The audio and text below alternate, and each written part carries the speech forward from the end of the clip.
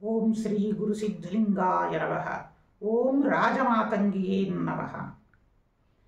ಸಮಸ್ತ power TV ವೀಕ್ಷಕ ಬಾಂಧವರಿಗೆಲ್ಲ ಈ ಮಾಘ ಮಾಸದ ಗುಪ್ತ ನವರಾತ್ರಿಯ ಶುಭಾಶೀರ್ವಾದಗಳನ್ನು ತಿಳಿಸುತ್ತಾ ಬನ್ನಿ ವೀಕ್ಷಕರೇ. ಏನಿದು ಗುಪ್ತ ನವರಾತ್ರಿ? ಇದರ ಮಹತ್ವವನ್ನು ನಿಮ್ಮೆಲ್ಲರಿಗೂ ತಿಳಿಸಿಕೊಡ್ತೀನಿ. ದೇವಿ ಭಾಗವತ ಇರಲಿ, ದೇವಿ ಮಹಾತ್ಮೆಯಲ್ಲಿ ಸಾಕ್ಷಾತ್ ದೇವಿಯೇ ನಮಗೆ ತಿಳಿಸ್ತಾ ಹೋಗ್ತಾಳೆ. ಏನಪ್ಪ ಅಂತಂದರೆ, ಸಕಲ ಋಷಿಮುನಿಗಳಿಗೆ ಕೇಳ್ತಾ ಹೋಗ್ತಾರೆ, ಅಮ್ಮ ನಿನ್ನ ಯಾವ ರೀತಿಯಿಂದ ನಾವು ಆರಾಧನೆಯನ್ನು ಮಾಡಬೇಕು ಅಂದಾಗ ಸಾಕ್ಷಾತ್ ಭಗವತಿ ಹೇಳ್ತಾಳೆ, ವರ್ಷದಲ್ಲಿ 12 ನವರಾತ್ರಿಗಳಿವೆ. ಆ 12 ನವರಾತ್ರಿಗಳನ್ನು ಆಚರಿಸುವುದರಿಂದ ಸಾಕ್ಷಾತ್ ದೇವಿಯೇ ಆಗಿ ಹೋಗ್ತಾನೆ ಸಾಧಕರು ಅಂತಂದೇಳಿ. ಆದರೆ ಈ ಕಲಿಯುಗದಲ್ಲಿ ನಾವು ನೋಡಿ, ಬೆಳಕರೆದ್ರೆ ಸಾಕು, ಪ್ರತಿಯೊಂದು ನಮ್ಮ ಸಮಯ ಎಲ್ಲ ಹೊರಗಿನ ಜೊತೆಯಲ್ಲೇ ಇರ್ತಾರೆ ಹೊರತು ಒಂದು ಕ್ಷಣ ಮಾತ್ರನಾದರೂ ನೀವುಗಳು ಯೋಚನೆಯನ್ನು ಮಾಡಿ, ನಿಮಗೆ ಜನ್ಮವನ್ನು ಕೊಟ್ಟ ನಿಮ್ಮ ತಾಯಿಯನ್ನಾದರೂ ಒಂದು ಸಲ ನೀವು ಫೋನ್ನಲ್ಲಿ ಇಡೀ ದಿನವೆಲ್ಲ ಬೇರೆಯವರ ಜೊತೆಯಲ್ಲಿ ಮಾತನಾಡ್ತಾ ಇರ್ತೀರ. ಒಂದು ಕ್ಷಣನಾದ್ರೂ, ಒಂದು ಸಲನಾದ್ರೂ ಅಮ್ಮ ನೀನು ಊಟವನ್ನು ಮಾಡಿದೀಯಾ, ಅಪ್ಪ ನೀನು ಊಟವನ್ನು ಮಾಡಿದೀಯಾ ಅಂತಂದು ಯಾರಾದ್ರೂ ಕೇಳ್ತೀರಾ? ಅದು ವಿರಳ ಕೇಳುವವರ ಸಂಖ್ಯೆ. ನೋಡಿ, ನಮ್ಮ ಜನ್ಮವನ್ನು ಕೊಟ್ಟ ತಾಯಿ ತಂದೆಯರನ್ನೇ, ಇಂತಹ ಜಗತ್ತಿಗೆ ಜನ್ಮವನ್ನು ನೀಡಿದ ಜಗನ್ಮಾತೆಯನ್ನೇ ನಾವು ಸ್ಮರಿಸಲಿಕ್ಕೂ ಸಹ ಸಮಯಗಳೇ ಸಿಗುವುದಿಲ್ಲ ಅಲ್ವಾ ವೀಕ್ಷಕರೇ? ಇದು ಆಧುನಿಕ ಯುಗ ಅಂತಂದು ಹೇಳ್ತೀರಾ. ವಿಜ್ಞಾನ ಬೆಳೀತಾ ಇದೆ ಗುರುಗಳೇ. ನಾವು ಎಷ್ಟೇ ವಿಜ್ಞಾನವನ್ನು ನಾವು ಬೆಳೆಸಿದರೂ ಸಹ ಸೂರ್ಯ ಹುಟ್ಟೋ ದಿಕ್ಕಿನಲ್ಲೇ ಹುಟ್ಟುತ್ತಾ ಇದ್ದಾನೆ, ಸೂರ್ಯ ಮುಳುಗೋ ದಿಕ್ಕಿನಲ್ಲೇ ಮುಳುಗ್ತಾನೇ ಇದ್ದಾನೆ. ಬದಲಾಗ್ತಾ ಇರೋದು ನಾವುಗಳು ಮಾತ್ರ. ಪ್ರಕೃತಿ ಹೇಗಿದೆಯೋ ಅದು ಅದೇ ರೀತಿಯಿಂದ ನಮಗೆ ಗಾಳಿಯನ್ನು ಕೊಡ್ತಾ ಇದೆ, ನೀರನ್ನು ಕೊಡ್ತಾ ಇದೆ, ಹಣ್ಣು ಹಂಪಲಗಳನ್ನು ಕೊಟ್ಟು ಅದರ ಕಾರ್ಯವನ್ನು ಅದು ಮಾಡ್ತಾ ಇದೆ.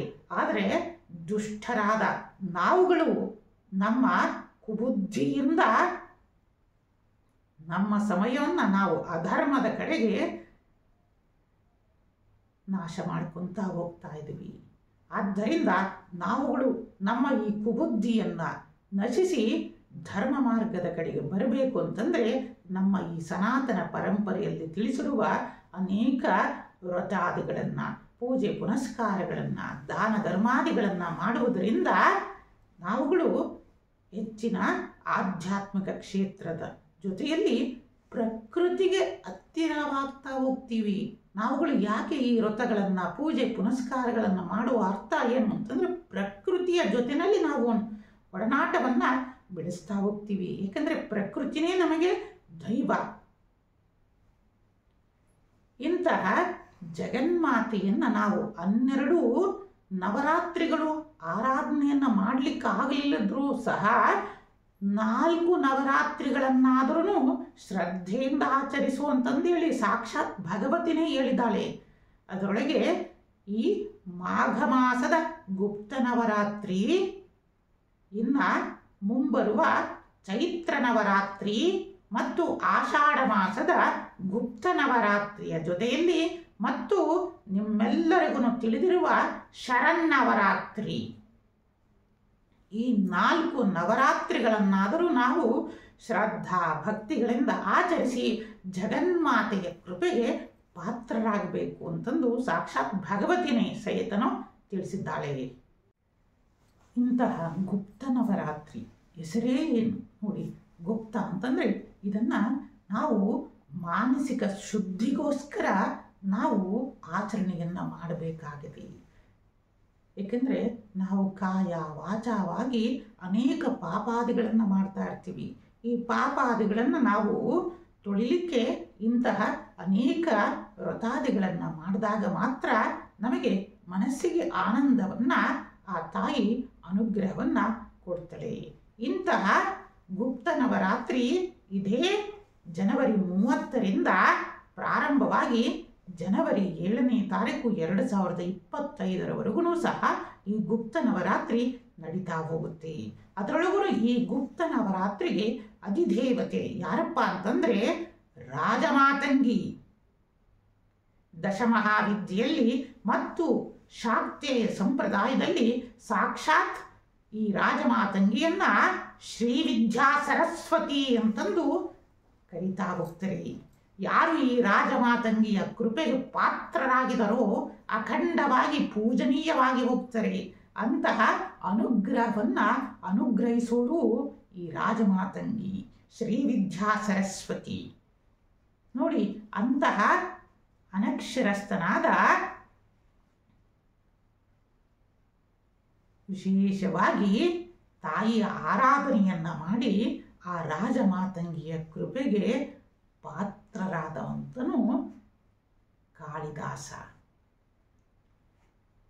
ನೋಡಿ, ಏನೂ ಬರಲಿದ್ದಂತಹ ಅಂಥವನಿಗೆ ಮಹಾ ವಿದ್ಯೆಯನ್ನ ಅನುಗ್ರಹಿಸಿ ಅಭೂತಪೂರ್ವವಾದ ಪಾಂಡಿತ್ಯವನ್ನ ಅನುಗ್ರಹಿಸಿದವಳು ಆ ತಾಯಿ ಜಗನ್ಮಾತ ರಾಜಮಾತಂಗಿಯ ಅನುಗ್ರಹ ಉಂಟಾಗಿದ್ದಕ್ಕೆ ಕಾಳಿದಾಸನಾಗಿ ಹೋಗ್ಬಿಟ್ಟ.